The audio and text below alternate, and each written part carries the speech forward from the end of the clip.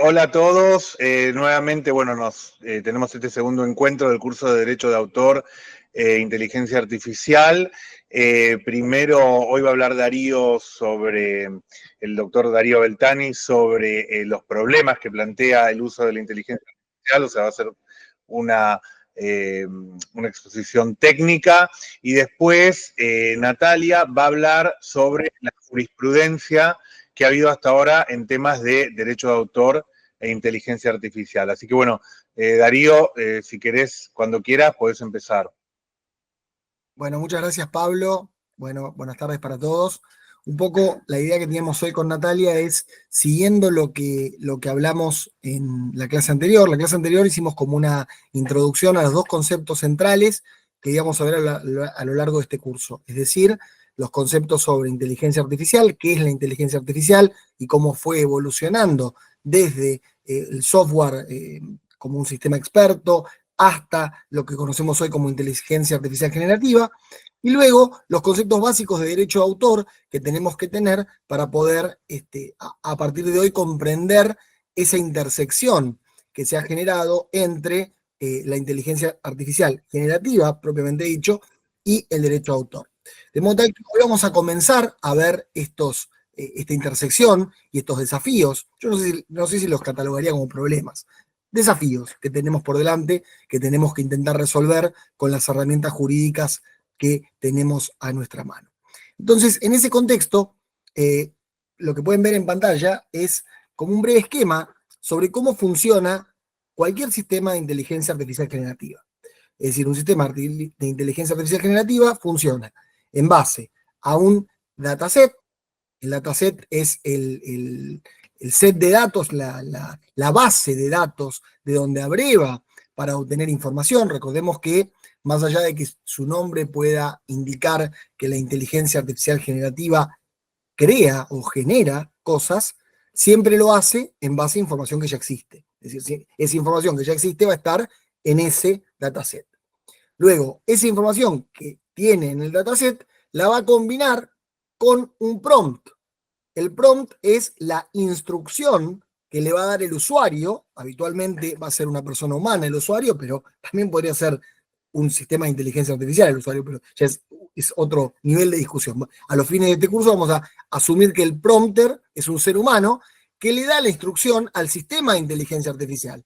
Para que el sistema de inteligencia artificial, en base a la instrucción que recibe del prompter y en base a la información que tiene en su set de datos, pueda generar esa información, contenido de salida, al que le vamos a llamar output. Entonces, con estos tres elementos, dataset, prompt y output, es sobre los que vamos a pivotear hoy los desafíos que nos trae para el derecho de autor, en particular la utilización de este tipo de sistemas. A lo largo del tiempo, desde que se comenzaron a generalizar en su uso los sistemas de inteligencia artificial, el orden en el que aparecieron estos problemas o desafíos fue primero en el output. Es decir, lo primero que discutimos o pensamos cómo calificar jurídicamente, y en tal caso, qué tiene para decir el derecho de autor, tenía que ver con lo que genera el sistema de inteligencia artificial cuando alguien le da una instrucción o una orden a través del prompt. Entonces, ese output, eso que genera el sistema de inteligencia artificial, que podría ser un escrito, que podría ser una imagen, un video, lo que se nos ocurra. Ese contenido que genera el sistema en base a la instrucción que le da el prompter, el ser humano que promptea, ¿qué es? Entonces, lo primero que nos obliga a pensar y desafía en términos de derecho de autor es calificar esto. ¿Por qué esto es un desafío o es un problema? Porque podemos decir que eso que genera el sistema de inteligencia artificial es una obra. Ese poema que me generó ChatGPT en base a mi prompt, ¿es una obra? Porque si es una obra intelectual, entonces vamos a aplicar todo el andamiaje jurídico del derecho de autor. Ahora, si eso es una obra, ¿quién es el autor de la obra? Porque no hay obra intelectual sin autor. Y de acuerdo con los principios del derecho de autor, el autor debe ser una persona humana. Ya luego Natalia va a hablarles un poquito de esta relación que tiene que haber entre el autor, su obra, la impronta personal. Entonces, si decimos que es una obra y nos atenemos a las categorías actuales, deberíamos luego definir quién es el autor de la obra. Y las posibilidades son varias, porque vean ustedes que para que se llegue a ese contenido ocurrieron varias cosas. Por un lado, hay un dataset, hay un set de información donde el sistema abrevó. En ese set de información, sin duda hay obras. Es decir, en ese set de información va a haber libros, va a haber videos, va a haber de todo tipo de contenido. Que ese contenido que está en el dataset tiene autores, sin ninguna duda. Entonces, ese contenido puede tener alguna incidencia en el resultado final. No sabemos bien cuál. Pero por otro lado, también tenemos al prompter, al que dio la instrucción. El que dio la instrucción podría decir, bueno, el autor soy yo, porque en definitiva, el que guió al sistema para que el sistema de inteligencia artificial generase algo fue el prompter. Entonces, él también puede tener algún tipo de reivindicación de sus derechos sobre ese output. Y por último, tenemos a la empresa que controla el sistema, que puede decir, bueno, pero eso salió de mi sistema en definitiva, con lo cual yo también quiero tener algún tipo de derecho sobre eso que sale, que no sabemos todavía qué es. Luego Natalia nos va a ilustrar un poquito sobre qué es lo que sale, qué es ese output. Entonces, ahora, si no lo calificamos como obra intelectual, de todas maneras algún tipo de calificación jurídica le tenemos que dar, lo cual también es un desafío en sí mismo, ¿no? Porque eso que sale de ahí, si no fuera una obra intelectual, entonces lo que sea que fuera, merece algún tipo de protección. Esta discusión en el mundo se dio bastante y ya hay casos de los cuales vamos a poder hablar sobre el tema del output, ¿no? Y cómo calificar eso que sale de ahí. Ahora, esa fue la primera discusión, la más, si se quiere, sencilla. Luego vino la segunda, que es un poco la que estamos dando hoy, que tiene que ver con el dataset, que tiene que ver con esos datos, esas bases que sirvieron, digamos, de fuente, si queremos, para que con la ayuda del prompt el sistema genere ese contenido.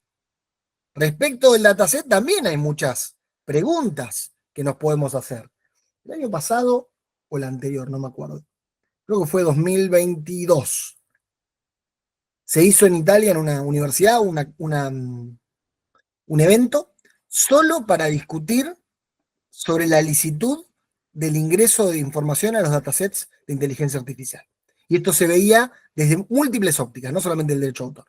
Del derecho a autor, de defensa de la competencia, de protección de datos personales. O sea, había como 7 verticales donde lo que se discutía era la licitud de que toda esa información forme parte del dataset que luego van a utilizar los sistemas de inteligencia artificial a los fines de generar un resultado de salida en base a una instrucción que le da un ser humano. A los fines de este curso vamos a analizar 2 aspectos del dataset, de la licitud del dataset. El primero es el aspecto vinculado, por supuesto, con el derecho de autor o con la propiedad intelectual. Es decir, cómo tenemos que hacer para verificar si es lícito o no es lícito ese set de datos y cuál es la incidencia, porque pensemos que si en el set de datos llegásemos a la conclusión de que la información se obtuvo de un modo ilícito, eso podría teñir de ilicitud todos los resultados que se generen, porque digamos, todos esos resultados podrían al menos tener parte de ese contenido que se introdujo al dataset en violación de derechos de terceros. O sea que es muy grave que el dataset no esté, entre comillas, curado, que no tengamos claro cómo se incorporó la información al dataset. Les cuento lo que está pasando hoy. Hoy las compañías de inteligencia artificial están procurando celebrar contratos en los cuales obtengan derechos sobre las obras para incorporar al dataset. Y vean que en esos contratos que estamos negociando actualmente, lo que la compañía de inteligencia artificial a uno le garantiza, Cuando digo uno, puede ser una productora de contenido audiovisual, podría ser una editorial, podría ser autores agrupados del modo que sea, jurídicamente viable.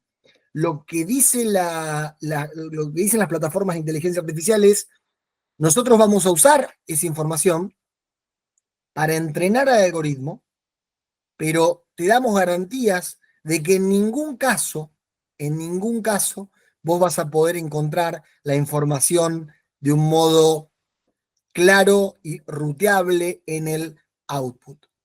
Es decir, te damos la garantía, y esto lo dicen basados en, ¿se acuerdan que la clase anterior vimos que los sistemas de inteligencia artificial basados en redes neuronales son sistemas tales que por debajo de la sexta o séptima capa neuronal se supone que nadie podría rutear por qué el sistema toma una decisión u otra? Esto lo vimos en la clase anterior y decíamos que esto genera algunos problemas desde el punto de vista de la ética porque en esos niveles de capas neuronales se toman las decisiones más trascendentes. Bueno, en esos niveles es donde se mezclaría, por decirlo en un término muy llano, se mezclaría la información que está en el dataset para dar como resultado el output. Entonces, lo que estos sistemas garantizan es que en ningún caso el output va a ser un reflejo claro del dataset. Esto dio origen a lo que hoy se conoce como dato de entrenamiento. Es decir, yo te compro información a los fines de entrenar mi sistema, pero te garantizo que nunca la voy a usar en forma, digamos, explícita en mis resultados. Eso es lo que por lo menos dicen las compañías de inteligencia artificial, que nunca debería ocurrir que la encontremos en el resultado. Después vamos a ver que hubo algunos casos que se están litigando hoy en Estados Unidos en donde pareciera ser que esta lógica falló, porque resulta ser que podemos encontrar en el resultado algo claramente identificable del dataset. Pero bueno, técnicamente ellos dicen que no se podría, como, digamos, de alguna manera, hacer esta relación inversa. Y el tercer aspecto, la tercera columna a tener en cuenta, perdón, pues miro al otro monitor, es que todavía no está discutido esto, digamos, prácticamente hoy hay muy poco discutido sobre la naturaleza jurídica del prompt, ¿no? Es decir, lo que el usuario tiene que generar para que la instrucción que el usuario le da al sistema, para que el sistema, utilizando el dataset, genere un output, sobre eso mucho no se está hablando todavía. Y yo creo que ahí tenemos muchas cosas para decir, porque ese prompt podría ser una obra en sí mismo. Y ahí, en el prompt en general, no vamos a tener el problema de las discusiones que probablemente tengamos con el output respecto de la originalidad y si se basó en otra cosa, porque el prompt es una instrucción que da la persona humana, donde le dice al sistema, quiero que hagas esto de determinada manera. Entonces ahí, digamos, claramente podríamos tener una obra, o claramente podemos tener elementos protegibles. Por ejemplo, hoy está ocurriendo que para eficientizar el trabajo, lo que están haciendo algunas empresas que ofrecen desarrolladores, que uno paga los desarrollos por horas y demás, es ofrecer personal que ya no son programadores que programan, como históricamente, valga la redundancia, sino que son programadores o desarrolladores que promptean. Entonces, esos desarrolladores tienen un nivel de eficiencia y un nivel de resultados mucho mayores que los programadores que programaban, porque ya muchas cosas no las tienen que hacer. Dar una instrucción es mucho más sencillo que programar 200 líneas de código. Entonces, claro, pero ¿qué pasa? El programador que promptea tiene que generar prompts en los que va a haber mucha propiedad intelectual o muchos datos confidenciales, incluso cuando no estén protegidos por la ley de propiedad intelectual, datos confidenciales que pueden estar regulados por la ley 24766 en la Argentina o la ley de datos personales, que van a quedar en el prompt, que son la instrucción que le dio ese programador al sistema para que genere el resultado que es código, en el ejemplo que yo daba.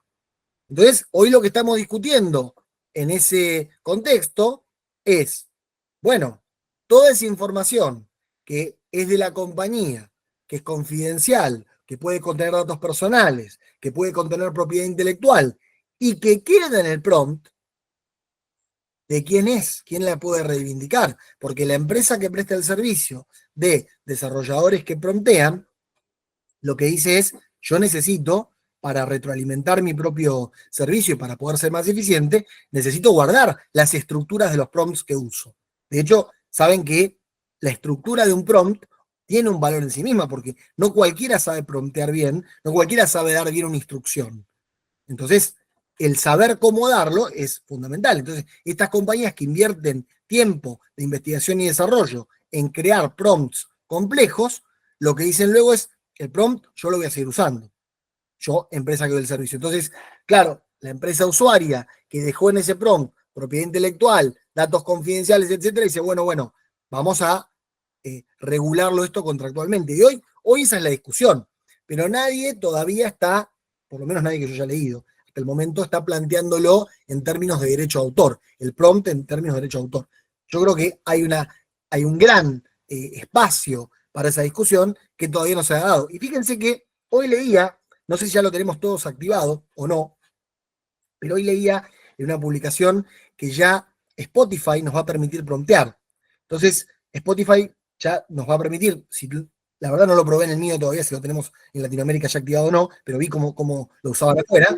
Entonces, uno puede decirle, créame una playlist con sonidos para relajar pensando que estoy en una playa, no sé, por decir algo, ¿no? O con sonidos similares a la banda de sonido de tal película, y con esa instrucción prompteada por nosotros, Spotify nos va a generar listas personalizadas. Entonces, nada, el tema del prompteo y lo que se genera con eso, yo creo que va a ser, digamos, la siguiente discusión en materia de inteligencia artificial y derecho de autor. Entonces tenemos en el output, si es una obra, quién es el autor de la obra. Respecto al dataset, si es lícito o no, de acuerdo con cómo se hayan incorporado las obras. En el caso del prompt, si el prompt es una obra, en tal caso quién es el titular. Y por último, el último problema, que está vinculado tal vez con el primero, que es si llegamos a la conclusión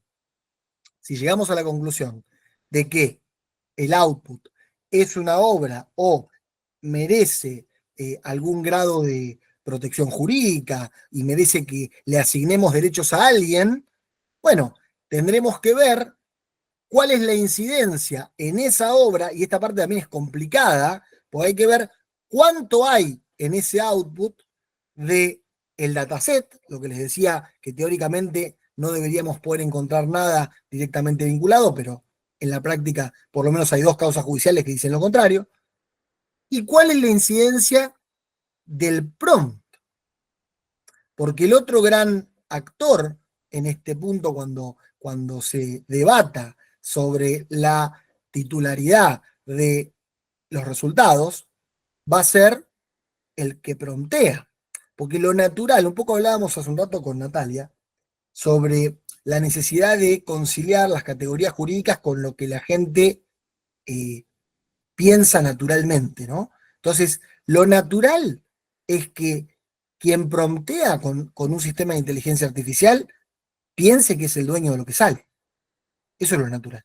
Es decir, si yo le digo, haceme un poema de determinada característica en una noche fría donde se ve la luna y aparece un escorpión, y me hace el poema en esos términos, le digo, el segundo párrafo no me gustó, corregilo de esta manera o de aquella manera, todos los que no sean expertos en derecho de autor, las personas, digamos, que ni son abogadas, van a decir, no, el poema lo hice yo, o sea, usé el sistema como una herramienta más, pero en definitiva, ¿quién es el autor? Soy yo.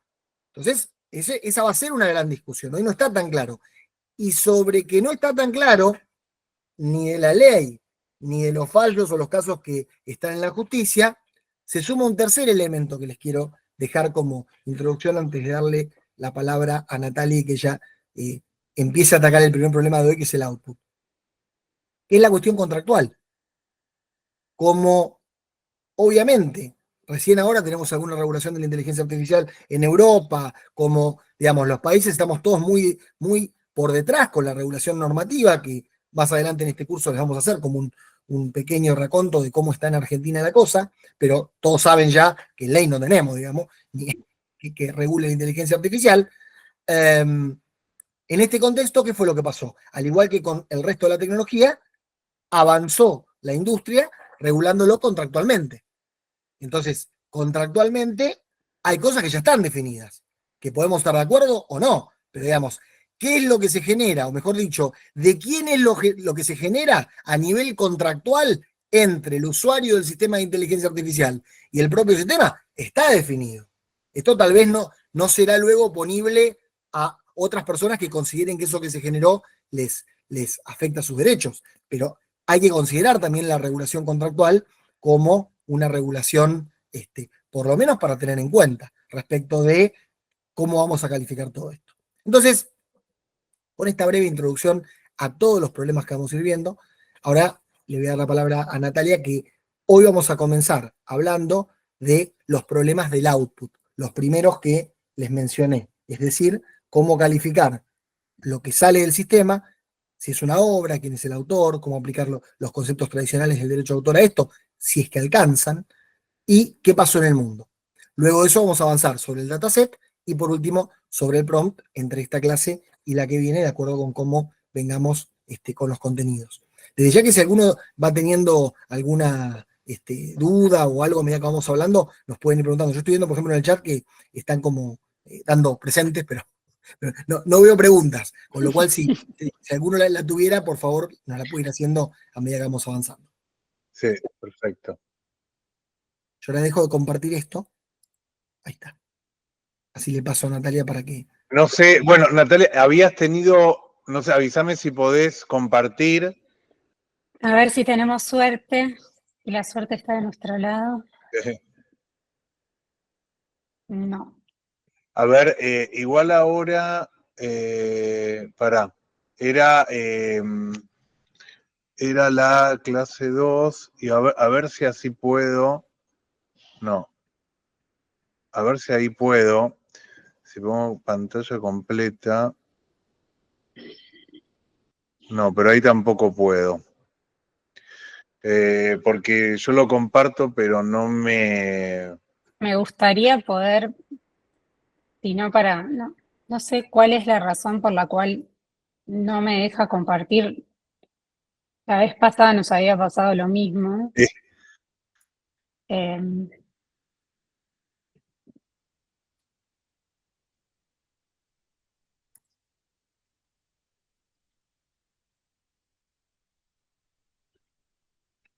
Acá dice Arnaldo. Ahí Hola. está, creo que ahí pude. ¿Puede Sí. ser? Bien. Perdón. Ah, Ahí estamos con sí. una... Acá dice Arnaldo en el grupo. Hola Arnaldo, ¿cómo estás? Arnaldo Sicilino. Dice, hola Darío, los problemas que mencionás sobre el output y cómo Sí, detectar las obras protegidas que se usaron para el entrenamiento terminaría en un juicio por plagio. claro. Uf, Arnaldo, es una excelente pregunta. Yo creo que los técnicos, digamos, los que han escrito técnicamente sobre inteligencia artificial, sostienen que sería imposible con inteligencia artificial generativa que prosperase un juicio por plagio. ¿Por qué? Porque sostienen que vos nunca podrías copiar tanto y de un modo tan expreso de una obra que pudiera justificar una demanda por plagio. De hecho, OpenAI, yo creo que lo mencioné esto la clase anterior, pero si no lo menciono ahora, OpenAI tiene algo, una especie de garantía que les da a los usuarios que se llama IP Shield, donde les dice a los usuarios, yo los voy a mantener indemnes de cualquier demanda que ustedes puedan tener por propiedad intelectual. ¿Por qué? Porque ellos dicen es imposible. Sin embargo, una de las causas que vamos a ver, que es la de New York Times, cuando ustedes vean las pantallas comparativamente, el resultado de GPT-4 versus lo de New York Times, y la verdad que pone un poco en duda esta afirmación tan categórica de que no se puede, que nunca va a llegar a un plagio. Pero lo que dicen, para contestar la pregunta de Arnaldo, lo que dicen es que sería imposible que hubiera un plagio porque del modo que se mezclan las obras o los contenidos en la capa neuronal en la que se mezclan, no podrías nunca llegar a copiar tanto sustancialmente uno de otro. Eso sería.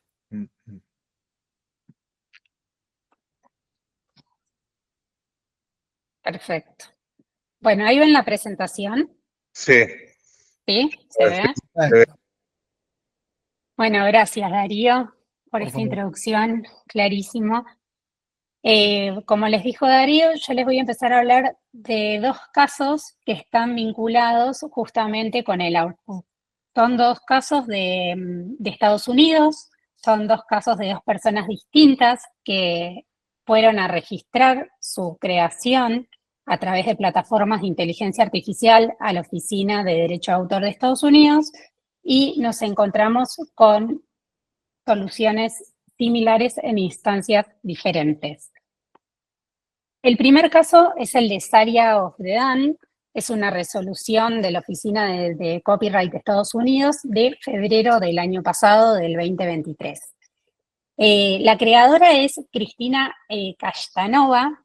Ella va a registrar a copyright de Estados Unidos un cómic que hizo llamado Saria of the Dan. Este cómic, los dibujos del cómic, ella los crea con la plataforma Midjourney. Como verán acá, estas son las imágenes que Cristina fue creando y que fue usando para la realización de su cómic. Registra esta creación como de su autoría y hace una publicación en su cuenta de Instagram a través de la cual dice cómo usó una plataforma de inteligencia artificial para la creación de este cómic y llega a oídos de la Oficina de Copyright de Estados Unidos. Y la Oficina de Copyright de Estados Unidos le dice, Cristina, danos las explicaciones del caso. ¿Cómo creaste esto? Y ella le explica a la Oficina de Copyright de Estados Unidos que había creado, que ya había sido autora, como la concepción de autor que conocemos todos, del texto de la obra y de la creación y la selección y la disposición de los elementos, tanto escritos como visuales, del cómic, pero que todo lo que es dibujo lo había hecho a través de esta plataforma de inteligencia artificial. ¿Qué dice la plataforma?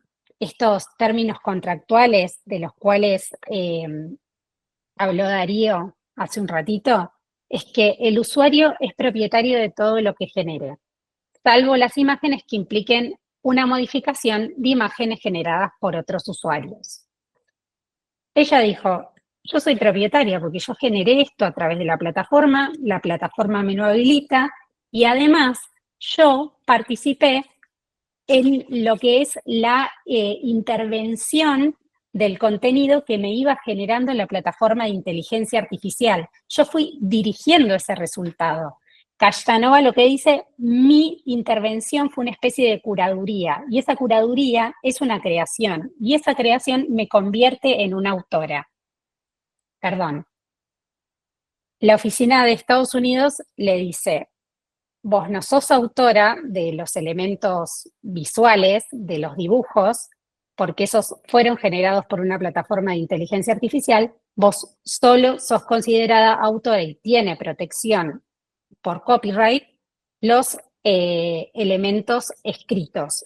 Eso fue lo que creaste vos, sobre eso tenés protección. Sobre lo que vos no creaste, no tenés protección, porque no hay autoría humana.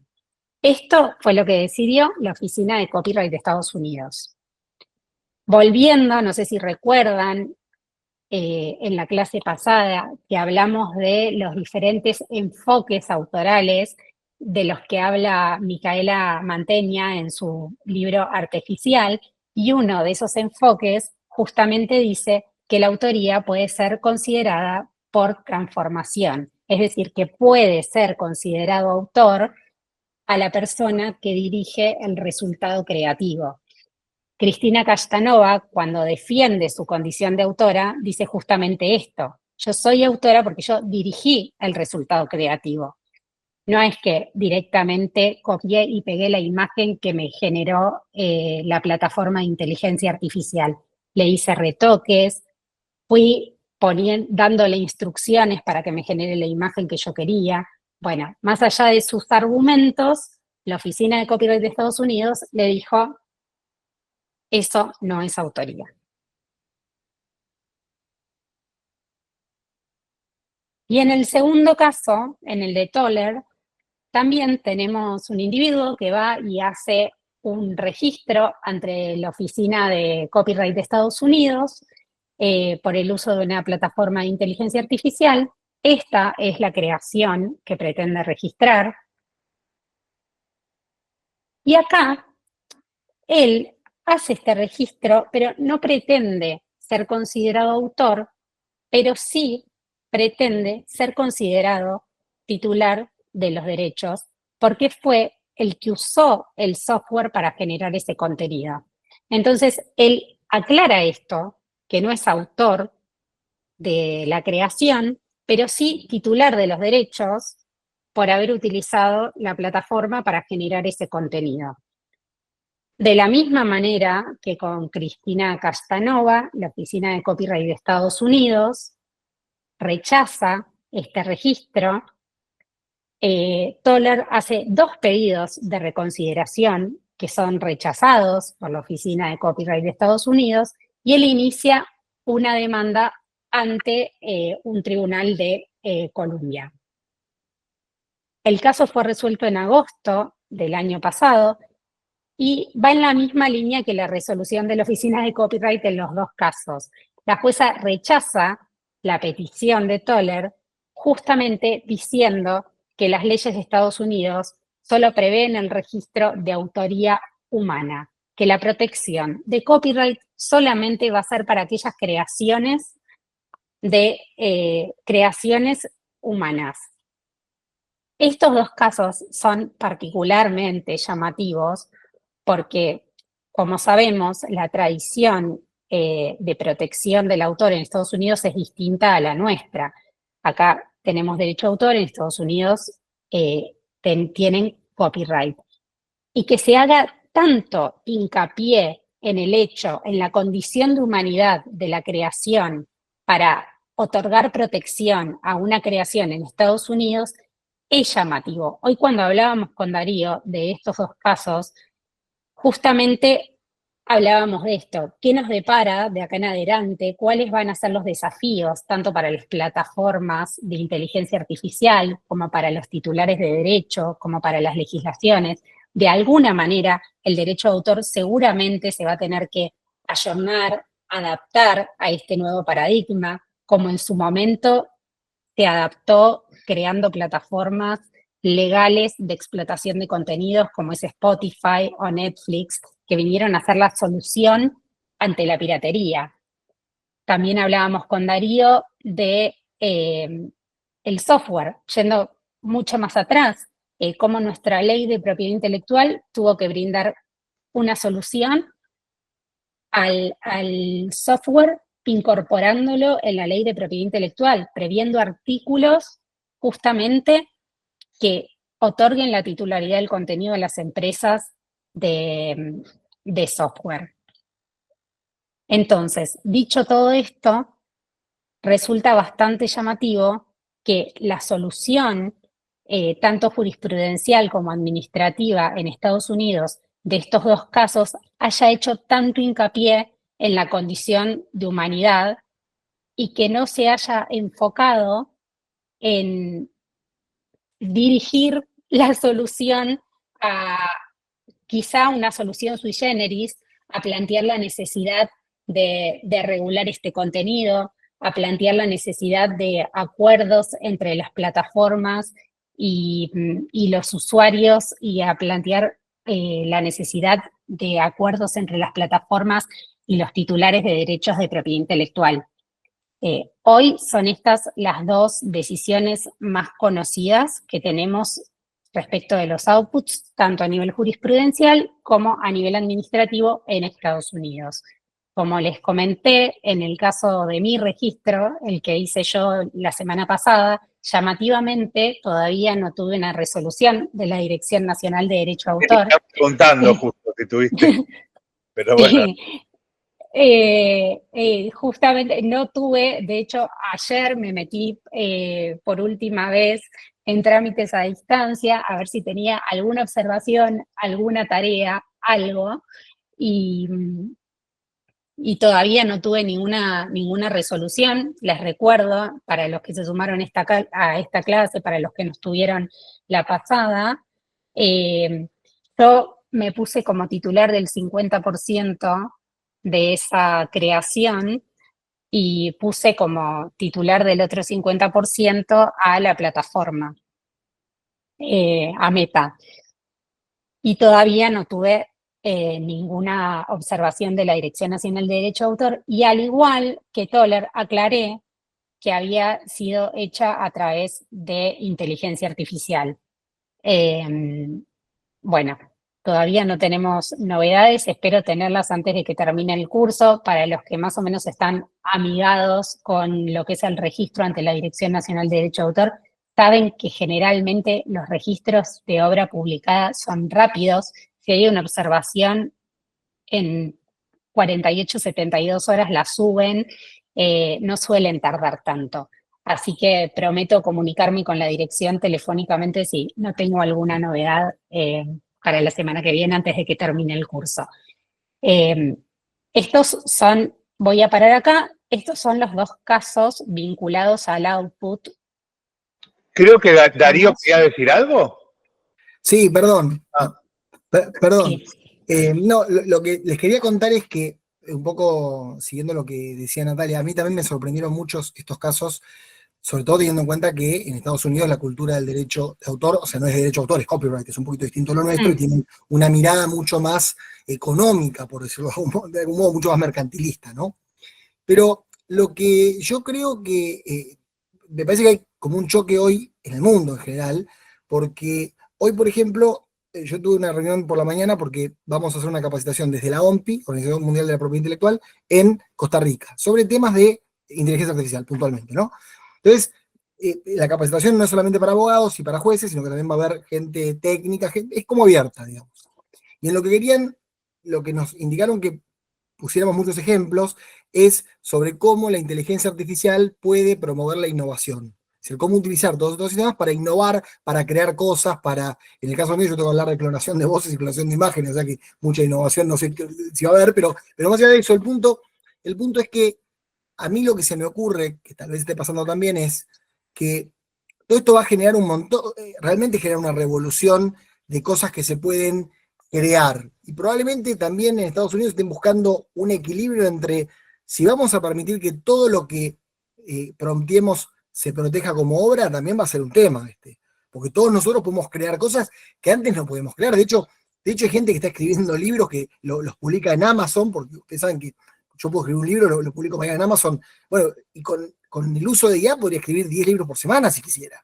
Entonces, es como que también ahí vamos a tener que buscar un equilibrio. Tal vez estas decisiones van un poco en ese sentido, en decir, bueno, ojo, porque sin llevarnos a la dogmática más pura del derecho de autor sobre la obra, de la intelectualidad y la relación del autor con la obra, también es cierto que no podemos darle una protección de la misma manera a algo que pusimos una instrucción muy sencilla y se generó.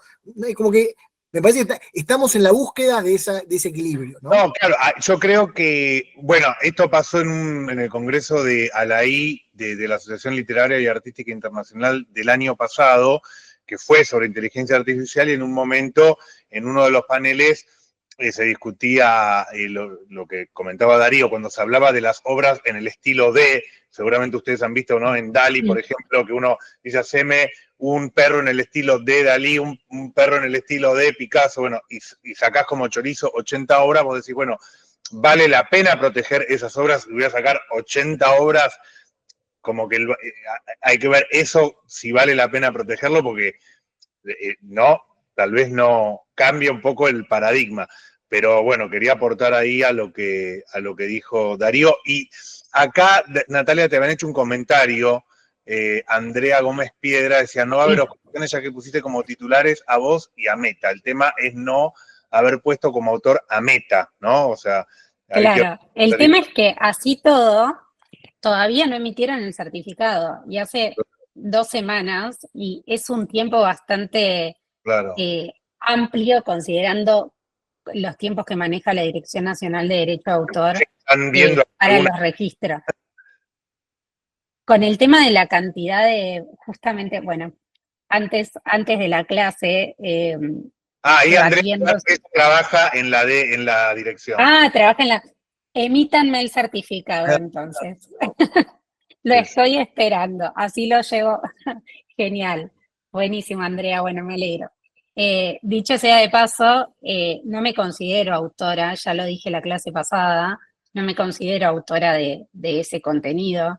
Tampoco considero que el prompt haya sido de una originalidad tal que requiera protección.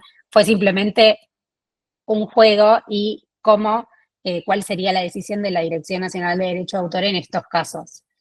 Sí, y una cosa que quería, que el otro día un poco lo comenté, bueno, spoileé un poco el tema de Savvy of the Dawn, pero que lo habían dicho ahí en esta decisión administrativa de la Copyright Office, que ella porque ella decía, sí, yo me forcé, Castanova, ¿no? Yo me forcé y dirigí todo, y lo que la oficina había dicho, dije, sí, está bien, te forzaste, pero a nosotros no nos importa el sudor de la frente, ¿no? Esta teoría que tiene del sweat of the brow, del sudor de la frente, no nos importa que te hayas esforzado, sino que lo determinante es que vos no podías decir exactamente cómo iba a ser ese dibujo. O sea, le dabas la instrucción, pero la que decidía, entre comillas, era el software. Entonces, por eso, y ahí también un poco le dijeron eso, ¿no? Entonces, eso también aporta la discusión de cómo uno lo va a tomar,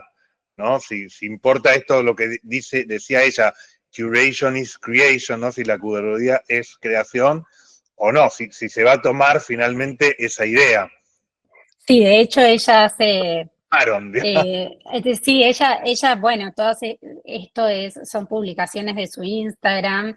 Ella sigue defendiendo su postura en relación al uso de plataformas de inteligencia artificial. Y otra cosa también llamativa de lo de Saria, que un poco también está en la línea de lo que acababa recién de decir Darío, es que la Oficina de Copyright de Estados Unidos de oficio le fue a tocar la puerta. Claro, sí. Porque publicó en Instagram. Venga, claro, pues entonces es raro, digamos, o sea, tiene esa particularidad también, como podríamos llegar a pensar que la Oficina de Copyright de Estados Unidos tenía en un punto la necesidad de expedirse sobre este tema, Sí, creo porque que fue por ahí. nadie la llamó, digamos, y vino y tocó la puerta y dijo, señorita Cristina Castanova, venga a darnos las explicaciones del caso. La verdad que están buenos estos dos casos, son bastante gráficos, tienen que ver justamente con el uso de estas plataformas y con dos posturas totalmente diferentes de dos usuarios, generadores de contenidos. El de Cristina, que se considera autora, porque dice, fui yo la que en definitiva dirigió el resultado creativo, y el de Toller, que dice, yo soy titular de derechos, no soy autor, pero soy titular de derechos porque yo manejé la herramienta.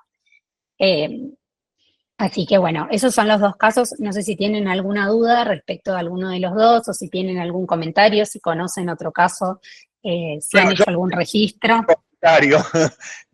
Sí. quería agregar, o tal vez lo ibas a hablar, no sé, viste que él también Thaler tiene casos de un caso de patentes, ¿no? De este sistema, pero no sé si lo ibas a tratar, sino No. Él tiene este caso que lo presentó una patente también, Stephen Taylor, para Davus, no mejor dicho Davus. Davus es como el sistema, él lo llama como un sistema sintiente de conciencia artificial o algo así. Davus es en realidad un acrónimo en inglés, que presentó una patente, creo que, bueno, en la oficina europea, en Estados Unidos, en Sudáfrica, en Australia y en algún país más, para un recipiente de geometría fractal, ¿no? Es como un recipiente con una forma, creo que es octogonal o hexagonal, que permite que, sobre todo, personas con problemas de motricidad puedan agarrar ese recipiente y tomar más fácilmente los líquidos. Bueno, en Sudáfrica se la otorgaron, pero vieron que Sudáfrica tiene un sistema de patentes que en realidad no tiene examen, que es como un sistema formal. Se la rechazaron en Estados Unidos, en la oficina europea, con el mismo argumento, ¿no? De que, bueno, no había una intervención humana, porque, bueno, se supone que la patente es un aprovechamiento de materia o energía por el hombre. Bueno, esa es nuestra definición de nuestra ley, pero en muchos países hay definiciones similares, pero en Australia hubo mucho escándalo porque en primera instancia sí se lo aceptaron, ¿no? Decían, bueno, que no había nada en la ley australiana que impidiese que esta patente existiese y que si se rechazaba la patente se desalentaba la innovación en esta materia. Pero finalmente la Corte Superior de Australia, lo que ellos llaman la High Court, le rechazó la patente, pero cuando se la aceptaron, que fue en medio de la pandemia, creo 2021-2022, fue como un escándalo, porque mucha gente decía, bueno, pero en definitiva no hay intervención humana, entonces no la podemos aceptar. Pero muchos expertos decían, bueno, es una invención que si no tuviese este impedimento que fue creada por un sistema de inteligencia artificial, tal vez cumpliría los requisitos, pero no se la aceptó, por lo menos hasta ahora, por los argumentos que decía Natalia. Pero creo igual... Entonces, sí, perdón, Pablo, siguiendo sí. con el razonamiento de lo que veníamos hablando y con lo que hablamos la clase pasada de los diferentes enfoques que puede haber sobre titularidad y autoría en relación a las creaciones, también puede ser considerado que esa patente esté en dominio público. Esa patente, esa creación esté en dominio público, entonces que la puede explotar cualquiera sin pedirle permiso a nadie. Sí, la conclusión es esa. Bueno, además ya perdió novedad porque fue publicada, todo, así que no sé en concreto si alguien está interesado en explotarla, pero sí, estaría en dominio público. Sí. Porque puede pasar con esta creación, con esta invención o con cualquier otra. Se puede dar que se invente algo espectacular a través de la inteligencia artificial. Sí. Y de hecho pasa mucho en el ámbito de la medicina, ¿no? No quiero meterme en el mundo de lo que es las patentes, pero justamente se está hablando dentro de los beneficios de la inteligencia artificial en la medicina particularmente. Y sabemos que en la medicina, bueno, el tema de las patentes. Sí, total. Pero creo igual que también tenías, ¿no? un caso más que ibas a tratar, o... No, ahora, si no tienen más dudas, perdón, pero me tengo que bajar de la reunión, nos vemos la semana próxima, dice Darío. Perfecto. Así que nos vemos la semana próxima. Si no tienen ninguna duda en relación a esto, podemos ir avanzando puedo llegar a dar uno o dos casos de dataset, de inconvenientes con dataset, y ya el resto lo dejamos para la clase que viene, para terminar de hablar de lo que es dataset y para avanzar un poco en lo que es regulación. Eso, dataset, prompt y regulación nos quedaría para la semana que viene. Perfecto. Bueno, acá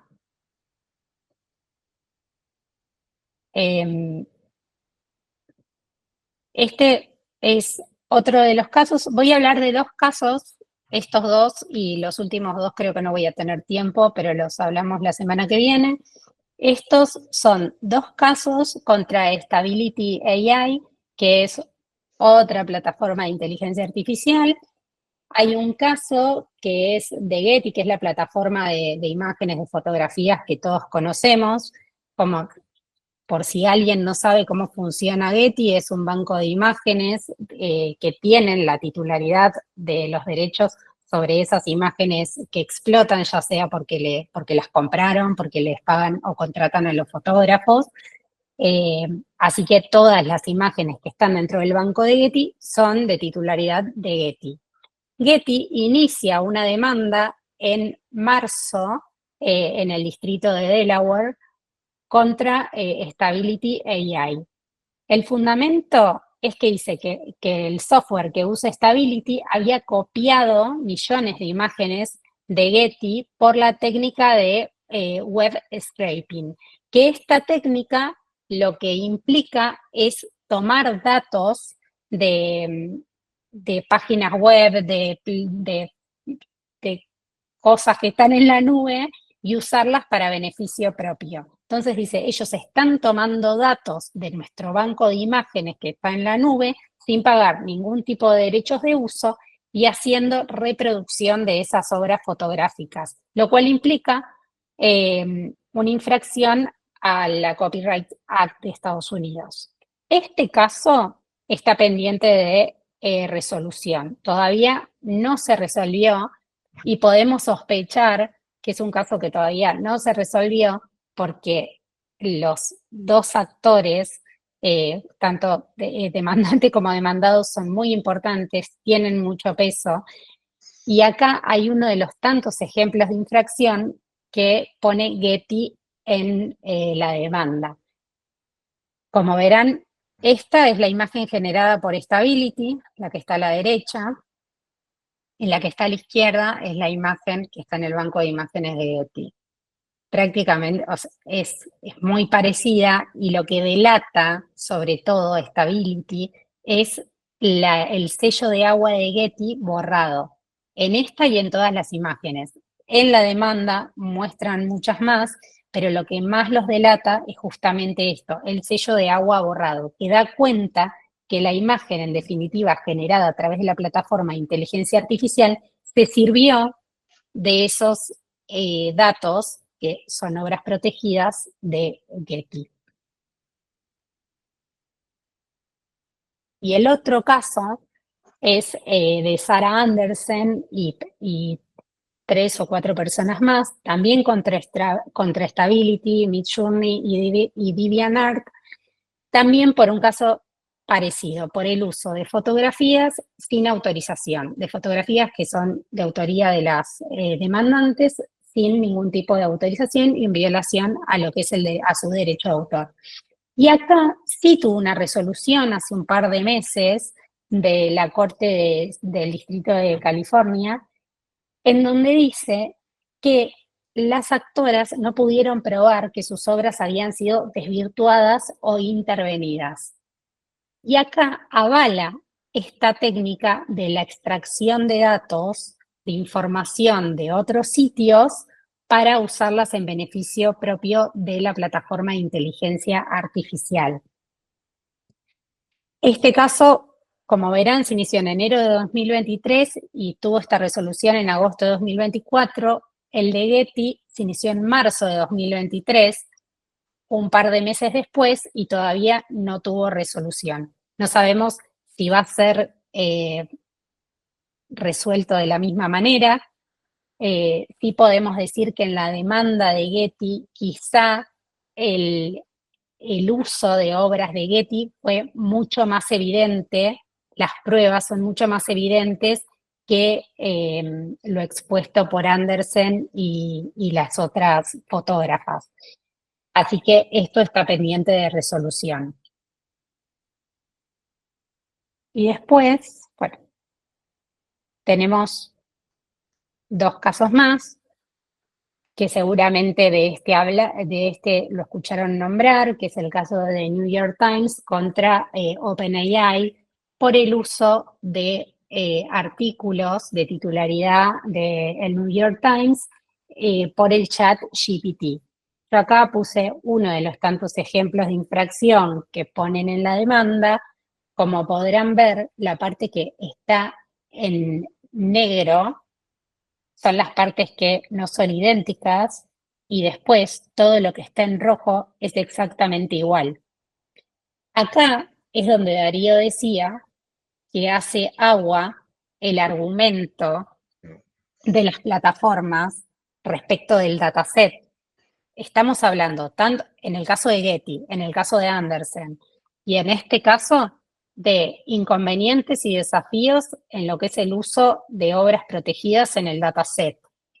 Y acá, justamente en este caso, es donde hace agua el argumento de las plataformas que dicen que las obras se usan para entrenar al algoritmo, pero de ninguna manera te vas a encontrar con la obra protegida en el output.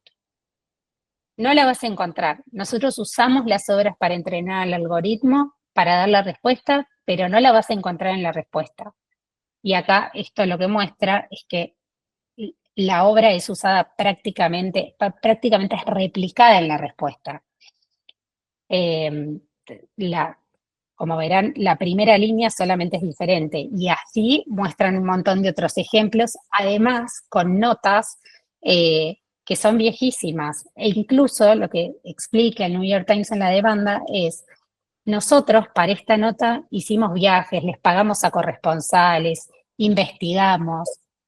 Dicen, muestran todo el trabajo, toda la inversión de tiempo, de dinero, de recursos que ese artículo que están copiando significó para la empresa y que ahora el chat lo está replicando sin pedir ningún tipo de autorización. Y además, sin reconocer la fuente tampoco. Bueno, este caso está pendiente de resolución. Me había quedado colgada en esto que me había olvidado decirles, que The New York Times intentó un acuerdo con OpenAI antes de iniciar la demanda, pero no tuvo éxito el acuerdo y iniciaron la demanda y ahora está pendiente de resolución, y OpenAI lo que dice es, va a ser una buena oportunidad para que la justicia se expida y para que queden en claro cómo son las cosas con el uso de estas plataformas. Y después, el último, es un caso de 3 discográficas contra otra plataforma de inteligencia artificial. También dicen que hay una infracción de derechos de propiedad intelectual por el uso de obras musicales para entrenar al modelo de inteligencia artificial, y que hay reproducción literal de las letras como respuesta a los prompts. Acá hay un caso de un prompt, ponen cuál es el prompt, ponen cuál es el output y ponen cuál es la letra protegida de los Stones que está copiando literal. También este caso está pendiente de resolución, pero va en la misma línea justamente que el caso de The New York Times, en donde los outputs replican de manera idéntica el contenido protegido por derecho de autor que está en el dataset, que es usado por el dataset que excede el uso para entrenamiento, y obviamente este uso no tiene ningún tipo de autorización. Estos son los casos más importantes que tenemos hasta hoy respecto de los outputs y respecto del uso de obras protegidas en lo que es dataset. Ahí, sí, Natalia, bueno, Esteban Frontera tenía una pregunta, ¿no? Calculo referida a New York Times. Dice, prima facie sería un plagio, ¿no? Bueno, no sé, a ver. La pregunta anterior. Sí. Sí, sobre New York Times, ¿no? Me aclara que es sobre New York Times. Sí. ¿Qué pensás vos, por ejemplo, cuál es tu pronóstico sobre el caso, ¿no? Sobre qué van a resolver. Qué difícil, porque en realidad lo que me resulta incierto, primero es que por un lado tenemos 2 resoluciones respecto de los outputs, donde nos dicen acá no hay autoría, no son titulares de derechos, nada, porque acá no hay creación humana. Y acá por el otro lado, o sea, como haciendo mucho hincapié en lo que es la condición de humanidad para la protección. Y acá tenemos la contracara, en donde ya nos consta que hay una creación humana, titularidad de una empresa, ya sea discográfica o de un medio de prensa como es el New York Times, pero donde hay creación humana, donde hay protección del derecho de autor y donde nos consta que ese contenido está siendo usado y replicado, lo mismo que en el caso de Getty, que son los 3 casos pendientes de resolución. Nos consta las pruebas que presentan los demandantes en los 3 casos, no hay lugar a dudas. No hay lugar a dudas de que hay uso de obra protegida y que el uso excede el entrenamiento del modelo de inteligencia artificial. No, lo están replicando. Entonces, ahí podríamos hablar de plagio, podríamos hablar, o sea, también se vulnera el derecho moral de paternidad desde nuestro punto de vista de los autores de esos artículos o del fotógrafo en el caso de la imagen de Getty, porque ni siquiera se cita la fuente, ni siquiera se dice esto fue extraído del artículo de New York Times del año 2012 sobre tal cosa. Sí, yo creo, mi opinión, yo creo, bueno, un poco como vos, yo creo que el de New York Times, la sentencia va a ser a favor de New York Times porque vos, bueno, copiaste, digo, no vas a copiar todo porque es larguísimo, pero yo en su momento cuando vi la demanda, hay muchos párrafos, ¿viste? No es que es uno. Vos pusiste uno para no aburrir. Para ilustrar. Pero la realidad es que hay muchísimos que ellos copian, donde hay copia, y es lo que vos decís, la parte que no se parece, lo negro es una línea y todo lo demás es igual. Muy, sí. Yo creo que ahí le van a, en realidad, claro, más que decir, no sé si van a decir es plagio, tal vez lo que le van a decir es que acá no hay fair use, ¿no? Porque un poco el argumento de ellos es que esto es fair use. Vieron que cuando en Estados Unidos, bueno, están los 4 factores, ¿no? Que es el propósito de la obra, depende si hay fair use, el propósito de la obra, la naturaleza, el propósito, perdón, del uso, la naturaleza de la obra, la porción de la obra en relación con la totalidad y el efecto de ese uso sobre el mercado. Pero vieron que muchos, yo no sé si van a hablar, Natalia o Darío, sobre el uso transformativo, ¿no? Que es algo que se discutió mucho en todos estos casos, porque muchos de los programas de inteligencia artificial dicen que esto es lo que llama un uso transformativo, que es lo que decía Darío, que después de la 7ª, 8ª capa, todo esto se funde en una gran ensalada digital y ya no puedes identificar cuál era la obra original. Entonces, ellos pueden decir, o dicen, esto es un uso transformativo, se transforma todo, entonces lo que yo tomé de los autores, lo transformé en otra cosa, y eso también los tribunales estadounidenses en los últimos años han entendido que es un uso leal, que no es infracción. Ahora, en el caso de New York Times es muy difícil, porque muchos no transformaron, ¿no? Pero en otros casos tal vez sí, no sé si en todos los casos la resolución va a ser igual. Bueno, también en el caso de Andersen, que es el único que hasta ahora tiene resolución y es bastante parecido al tema de Getty, ahí dijeron, bueno, esto es una extracción de datos para uso de beneficio propio, para entrenar el modelo de inteligencia artificial y no ahondaron más. Por eso realmente para mí es una incógnita cómo van a resolver. No estoy tan segura de que vayan a resolver a favor de New York Times. Creo que... Sí, claro, hay que ver qué pasa, claro. Claro, hay que ver, o sea, realmente no lo sé, o sea, no tengo una opinión formada respecto de eso, que digo, para mí seguro van a ir por este lado, porque hay muchos intereses en juego. Sí. Hay muchos intereses, entonces realmente no sé si quizá la solución jurisprudencial sea esa, por el lado del fair use, los usos transformativos.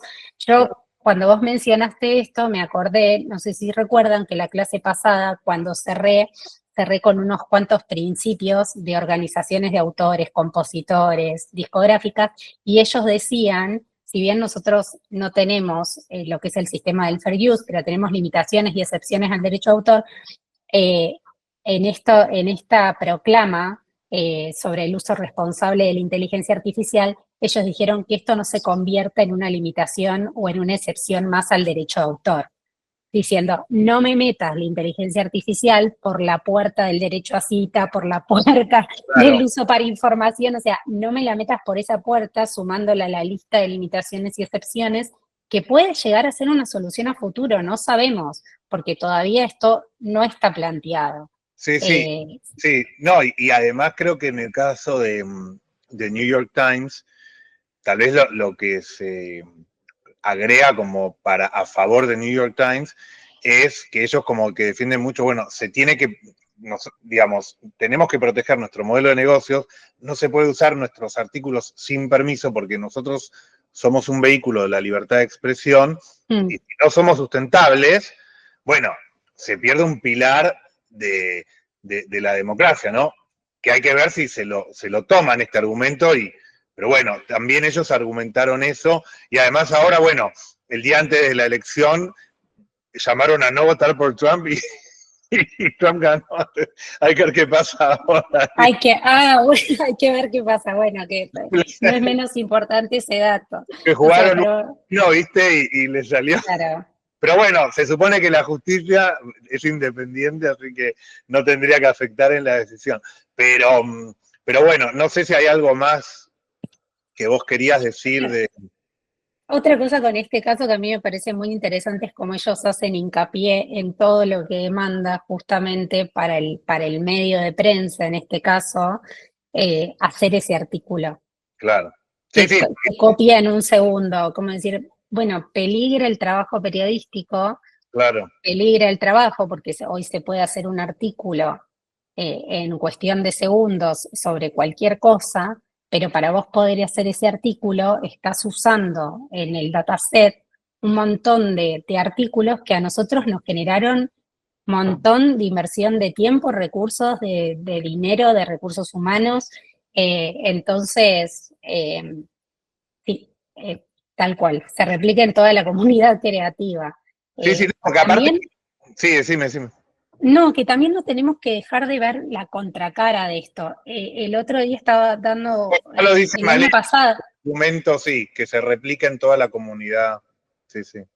en toda la comunidad creativa, el año pasado estaba dando una charla para la Unión de Diseñadores Gráficos de Buenos Aires y me llamó la atención que dentro de la audiencia, fue una charla presencial y dentro de la audiencia había un montón de diseñadores que usaban la inteligencia artificial también como una herramienta de trabajo. Entonces también dentro de la industria creativa nos encontramos con este dilema, porque no es que todos los creadores están en contra de la inteligencia artificial. No, Acá lo que estamos debatiendo es el uso responsable, es cómo tenemos esta solución contractual hoy, en el mientras tanto, digamos, tenemos las condiciones que acepta el usuario y las condiciones que impone la plataforma. Pero los creadores, los titulares de derechos de todo lo que se usa, no participan en ese acuerdo.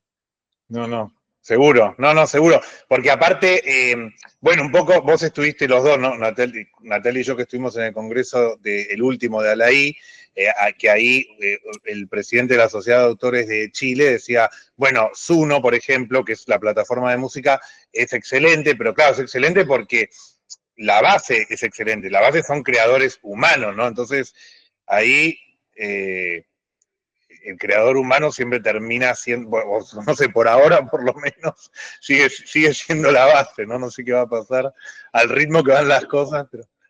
Y sobre todo, no nos olvidemos que las cosas que se generan a través de la inteligencia artificial, todas las cosas que se generan segundo a segundo y que escapan a lo que nosotros podemos llegar a hacer con el chat GPT en 2 segundos. O sea, como dijo Darío, hay gente dedicada a dar instrucciones. O sea, que son contratadas para dar instrucciones, Claro. que escriben instrucciones de 20 carillas y le dan una instrucción y sacan creaciones maravillosas. No nos olvidemos que todas ese nuevo contenido generado por inteligencia artificial a la vez sigue alimentando el dataset. Claro. Entonces, Sí, cada vez van a ser... exponencial, sí. Sí.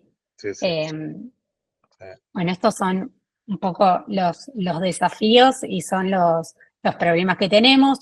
Resumiendo, respecto del output, tenemos estas 2 resoluciones de la Oficina de Copyright de Estados Unidos y de la jueza del distrito, no me acuerdo de dónde era, pero que hacen hincapié en que hay protección cuando hay creación humana, y respecto de lo que es los desafíos y los problemas del dataset, estamos esperando resolución en el caso de Getty, en el caso de The New York Times y en el caso de las discográficas.